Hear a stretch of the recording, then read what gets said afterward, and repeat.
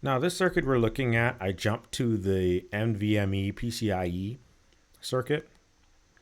Let's take a look at these. We have PCIe, where you have your capacitors that allow changes in your signal to pass through. Okay.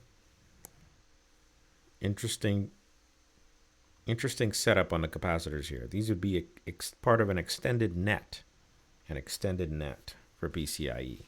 And the extended net, including the capacitors in series, would be differential voltage of 85 ohms or so.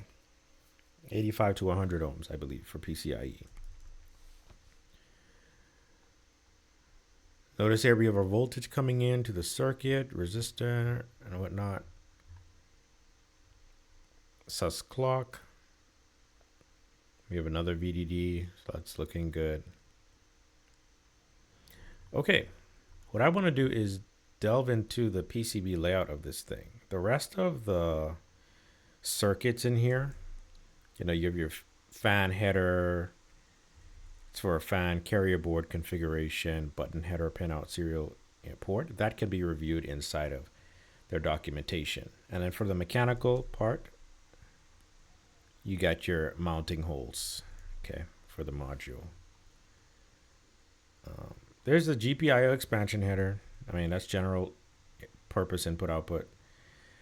Pins, which you can route pretty judiciously. Unless they need a certain impedance control, you can just not do whatever, but you can route these more freely. You would route those last, actually. Those are non-critical nets. Critical nets would be like your high-speed PCIe and so on and so forth. Ethernet, power over Ethernet is important, and this is what it looks like. Okay. And these are your differential pairs as well. 60 volts spacing net class means you need to set a minimum spacing trace to trace rule there. Then they have sprinkle around ground shape. Check this out. So we have a common thing where you have common ground or shield ground or whatever is what they call it, but this is where you want high frequency signals to get shot through a capacitor. 100 picofarads, pretty decent, down through to the shielding thing. So you'll have your regular return voltage and currents down here, and these 0 ohm resistors just act as shorts that you can remove or replace as needed.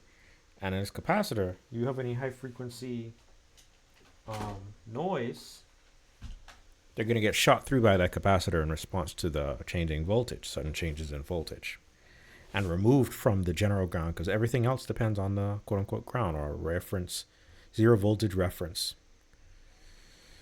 Okay, so do not tie the grounds directly. Let's see what else. What other insights can we get here? The interesting part would be the PCB layout, to be honest. And the camera, you know, they have the camera going on. There should be like a MIPI connections here. CSI. Okay, yeah. All right.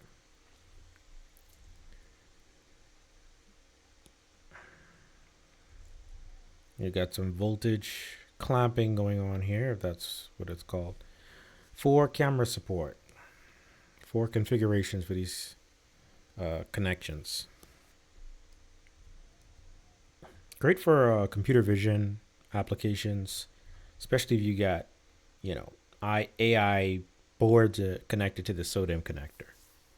Cam I2C, SCL, you have some selection mux thing going on here to set your differential pairs so that you can switch differential pair positive and negative against both of these cameras.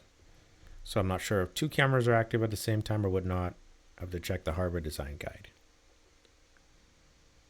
Okay, there's also the DisplayPort HDMI. This is a whole mess. I'm not gonna go through this. If you're interested, if I release a course on this board, then you can get more details in it from there or from the hardware guide released by NVIDIA. PCB code layout, so on and so forth. Great. In the next video, let's move on.